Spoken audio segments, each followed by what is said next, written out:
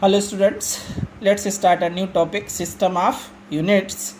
A complete set of both the base units and derived units is called system of units.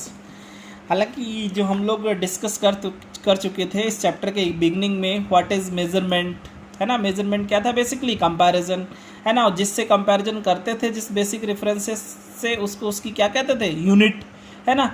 तो system of units कुछ fix हैं हम लोग के, है ना, तो उनको थोड़ा सा ध्यान रखना है। तो सिस्टम ऑफ यूनिट्स में बताएंगे complete set of both the base units and derived units is called system of units. आप सभी जानते हो।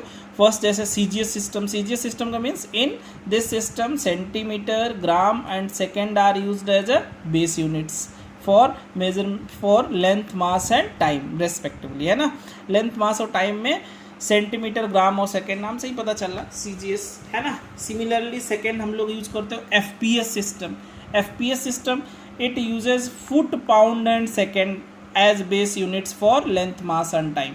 तो फुट, पाउंड और सेकेंड यूज करते हैं तो FPS सिस्टम। और नेक्स्ट है MK system, it uses metre, kilogram and second as the respective unit of length, mass and time. तो थ्री हम लोग, वैसे तो काफ़ी systems, different systems of units are used in the universe, या word कह सकते हो। काफ़ी सिस्टम यूज होते हैं, उसमें से थ्री ज़्यादा पॉपुलर हैं, सीजीएस सिस्टम, एफपीएस सिस्टम और एमकेएस सिस्टम। जबकि नाउ डेज जो है मोस्ट पॉपुलर जो सिस्टम हम लोग पढ़ते हो एसआई सिस्टम, इंटरनेशनल सिस्टम। ये क्या है, थोड़ा सा इस पे पॉइंट पे डिस्कस करते हैं। General conference of weights and measures development and put forward a new system of units in the year of 1971। This system with units, their proper symbols and abbreviations was proposed to be used globally in the field of science, trade and commerce. This system of units is now accepted internationally and is called SI system. ठीक है बेटा, SI system generalised form है किसका, इसको हम लोग decimal system भी कहते हैं, मैट्रिक सिस्टम भी बोलते हैं।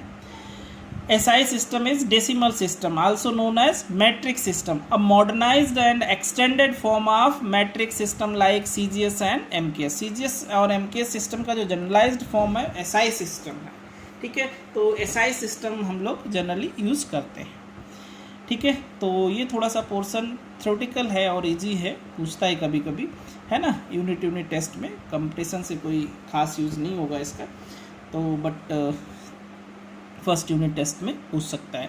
What is system of units, तो क्या बताएंगे, complete set of both base units and derived units is called system of units. कितने टाइप्स के पढ़ते हो, 4 टाइप बोल सकते हो, CGS system, FPS system, MKS system और SI system. SI system means international system of units, ठीक है। एक मतलब कॉन्फ्रेंस होती है पेरिस में, एक जो है वहाँ पे जो है डिसाइड किया जाता है वेट, है ना। तो general conference of weights and measurement की जो कॉन्फ्रेंस थी, develops and put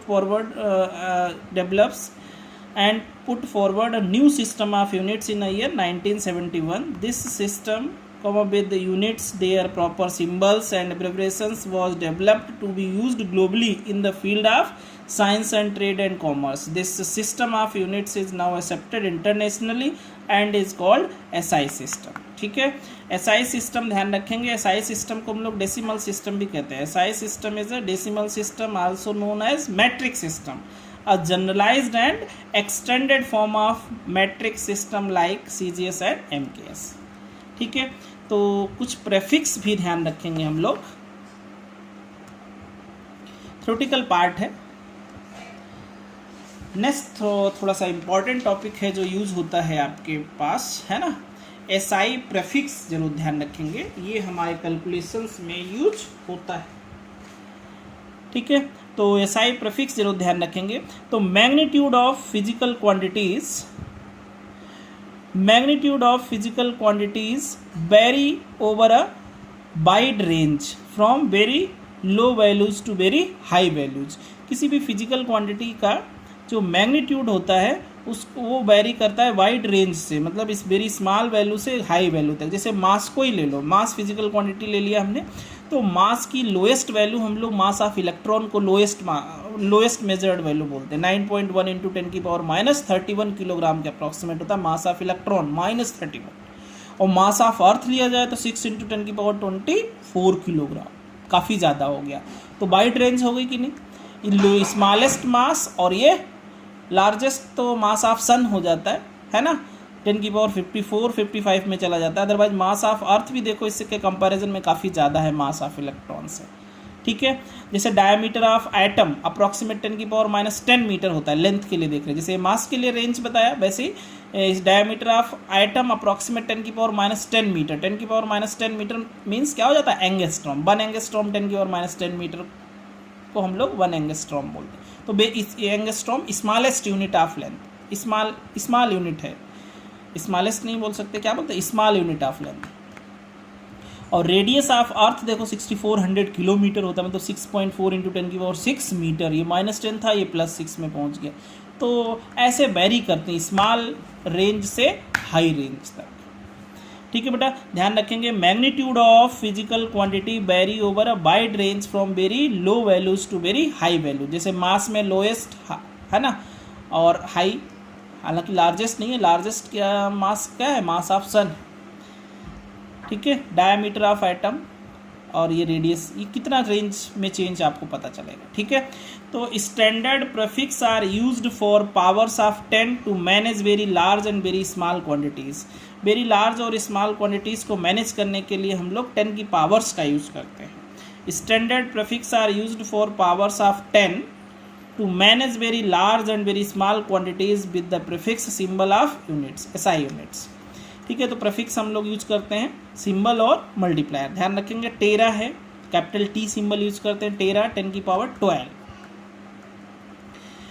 Terra capital T symbol और 10⁻12 वैल्यू होगी। गीगा है capital G symbol 10�9 giga. Mega है तो कैपिटल एम 10�6। किलो है आपको सभी को पता के और 10�3। हेक्टो है तो एच 10�2। डेका है तो डी ए सिंबल 10⁻1, ठीक है बेटा। ध्यान रखेंगे tera, giga, mega, kilo, hecto, deca, deci, centi, milli, micro, nano, pico और फेम्टो, इनके सिंबल्स ध्यान रखो। वैल्यूज, टेरा 10⁻12 था, गीगा 10⁻9 है, मेगा 10�6 है, किलो 10�3 है, हेक्टो 10�2, डेका 10�1, डेसी 10⁻1, सेंटी 10⁻2, मिली है 10⁻3, माइक्रो 10⁻6, नैनो 10⁻9 और पिको 10⁻12 और फेम्टो फर्मी 10⁻50, ठीक है बेटा। तो ये प्रीफिक्स जो है यूज होते हैं, कन्वर्जन आपका को पता होना चाहिए, ठीक है। तो टेरा का सिंबल ध्यान रखेंगे कैपिटल टी, मल्टीप्लाई 10⁻+12, ठीक है। गीगा है तो कैपिटल जी सिंबल 10�9, जैसे 1 गीगा मीटर 10�9 मीटर के बराबर होगा। 1 मेगा मीटर है तो 10�+6 मीटर होगा। 1 किलोमीटर है तो 10�3 मीटर। हेक्टो है तो एच से 10�2 मीटर। डेका है तो डी ए सिंबल होगा 10�1। डेसी है तो स्मॉल डी 10⁻1। डेका और डेसी ध्यान रखेंगे। सेंटी है तो 10⁻2 सीएम यूज करते हैं। मिली तो स्मॉल एम 10⁻3। माइक्रो 10⁻6। 1 माइक्रोमीटर है तो 10⁻6 मीटर के बराबर होगा। नैनोमीटर है तो 10�9 मीटर। पिको है तो 10⁻12 मीटर और फेम्टो है फर्मी तो 10⁻15 मीटर। तो ये प्रीफिक्स जरूर ध्यान रखेंगे यूज होते हैं, ठीक है बेटा। तो ये इम्पॉर्टेंट है, कैलकुलेशंस में यूज होते हैं।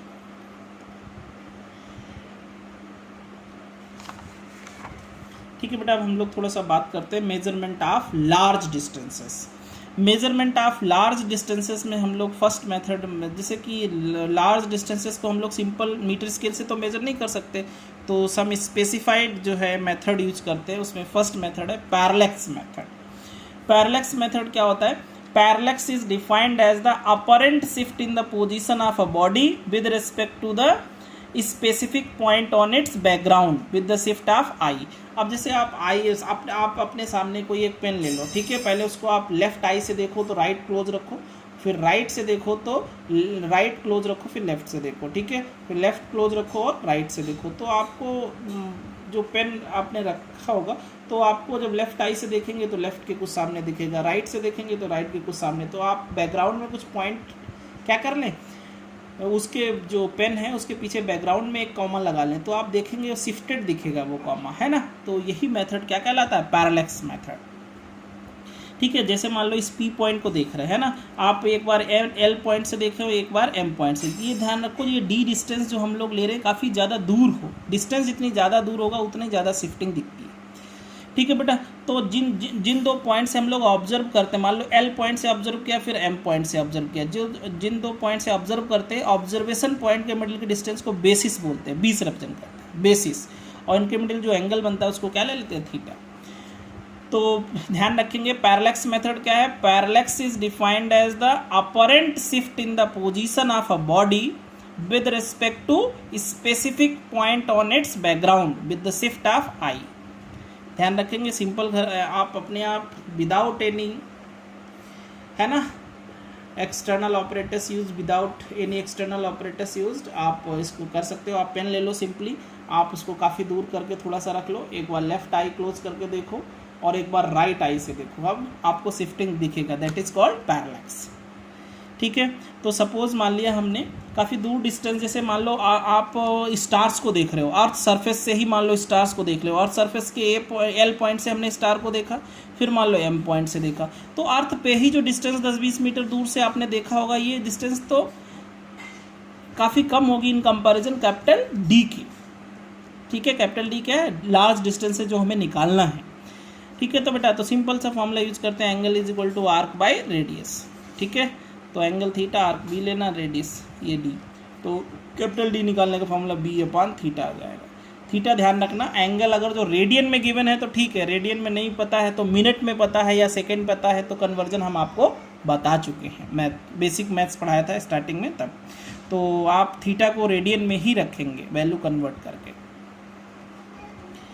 ठीक है बेटा, तो पैरेलैक्स मेथड से हम लोग लार्ज डिस्टेंस मेजरमेंट करते हैं। Parallax is defined as the apparent shift in the position of a body with respect to the specific point on its background with the shift of eye. Left eye से देखते हैं फिर right I से देखते हैं तो आपको background में शिफ्टिंग दिखती है, दैट इज कॉल्ड पैरेलैक्स। बाकी फॉर्मूला काफ़ी ईजी है। इसी तरीके आप लोग पैरेलैक्स मेथड का ही यूज करके to find the size of planet, किसी भी प्लैनेट का साइज या डायमीटर ऑफ मून, जैसे ये मून है मान लो इसका डायमीटर आपको फाइंड करना है अर्थ सरफेस से, तो पहले हम इसके लेफ्ट स्ट्रीम पॉइंट को देखेंगे फिर राइट स्ट्रीम पॉइंट को देखेंगे, जितना एंगल बनेगा वो मान लिया 5 बन रहा है। ठीक है, और डायमीटर स्मॉल डी मान लिया और ये डिस्टेंस कैपिटल डी मान लिया, कहाँ से, अर्थ टू मून, तो 5 is equal to small D by capital D, और आपको अगर जो डायमीटर चाहिए तो स्मॉल डी चाहिए तो 5 इंटू कैपिटल डी हो जाएगा। बस 5 एंगल आप नोटिस कर लेंगे, जैसे ग्राउंड के आपने एक पॉइंट से लेफ्ट साइड को देखा फिर उस राइट साइड को देखा, तो कितना आपको, जैसे मान लो टेलीस्कोप से देख रहे हो, लार्ज डिस्टेंस किससे देखोगे, टेलीस्कोप से, तो टेलीस्कोप से हमने लेफ्ट स्ट्रीम को सपोज देखा, फिर हम राइट स्ट्रीम को देखेंगे तो कितना एंगल टेलीस्कोप आपको रोटेट करना पड़ा, वो क्या हो जाएगा 5।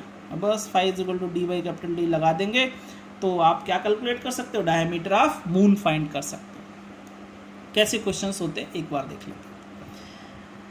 ठीक है बेटा, a moon is observed from 2 diametrically extreme A and B on earth, the angle of parallax is found to be 1 degree 54 minute. If the diameter of the earth is about this, estimate the distance of moon from the earth. Capital D पूछ रहा है, सब diameter इसने दे दिया है। ठीक है, समझ गए ना क्वेश्चन क्या है, moon is observe from 2 diametrically extreme A and B on the earth, the angle of parallax is found to be 1 degree 54 minute है। If the diameter of the earth is about this, estimate the distance of moon from the earth. ठीक है बेटा, तो solve कर लेते हैं। ये आपके पास क्वेश्चन था, तो सबसे पहले देखो 5 एंगल कितना दिया था, 1 डिग्री 54 मिनट, तो पहले पूरे को मिनट में ही कन्वर्ट कर लेते हैं। 1 degree mean 60 minute plus 54 minute, तो 114 मिनट हो गया। और मिनट को रेडियन में चेंज करने के लिए बताया था 5 इक्वल टू किससे मल्टीप्लाई करते थे, पाई अपॉन 180 इंटू 60। सेकेंड में कन्वर्ट करना होता था तो पाई अपॉन 180 इंटू 60 करते थे, नहीं तो बेटा ऐसे करते थे, है ना। तो इस टाइप से आप देख लेंगे। तो पाई की वैल्यू 3.14 रख के ये 5 हो गया, और स्मॉल डी गिवन था, आपको कैपिटल डी फाइंड करना था, तो 5 is equal to small D by capital D, तो capital D is equal to small D by 5। D की वैल्यू स्मॉल डी डायमीटर पता था, और फाई की वैल्यू रख लेंगे, ठीक है। सॉल्व कर लेंगे तो 3.84 इंटू 10⁸ मीटर आंसर आ रहा है, ठीक है बेटा। तो ऐसे क्वेश्चंस भी ध्यान रखेंगे पैरेलैक्स मेथड पे, है ना। नेक्स्ट देखो बेटा, फिजिकल क्वांटिटी, एक छोटा सा टेबल, फिजिकल क्वांटिटी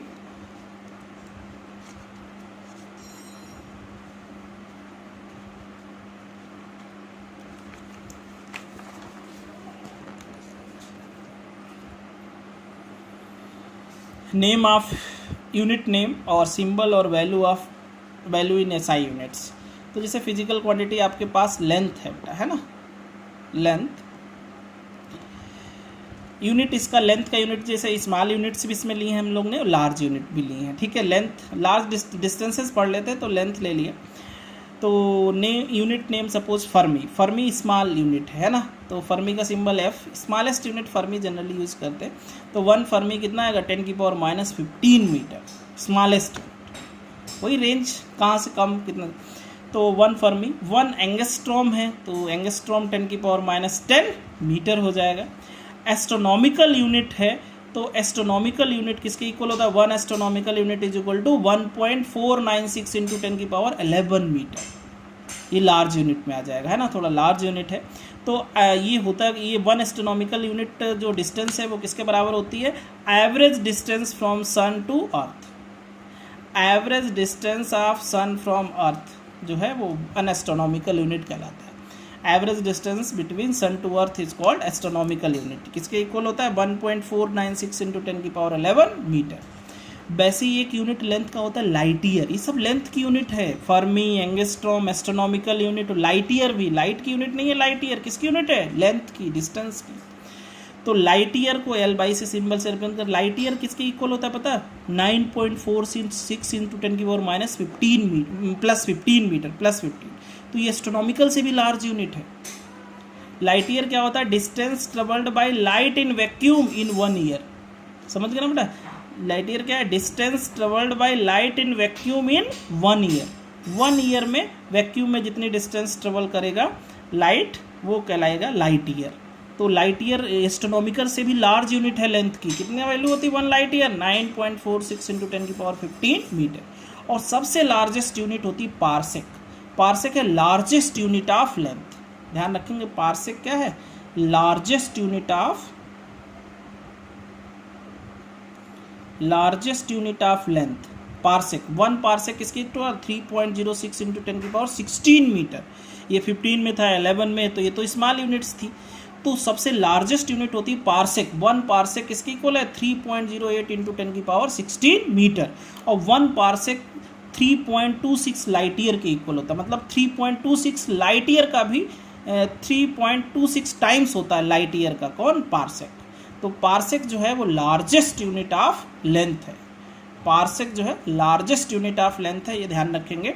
तो ये लेंथ की जो है हमने आपको स्मॉल यूनिट कुछ बताई, कुछ लार्ज यूनिट। सबसे लार्जेस्ट कौन सा है, पार्सेक, स्मॉलेस्ट फर्मीलेस, ठीक है।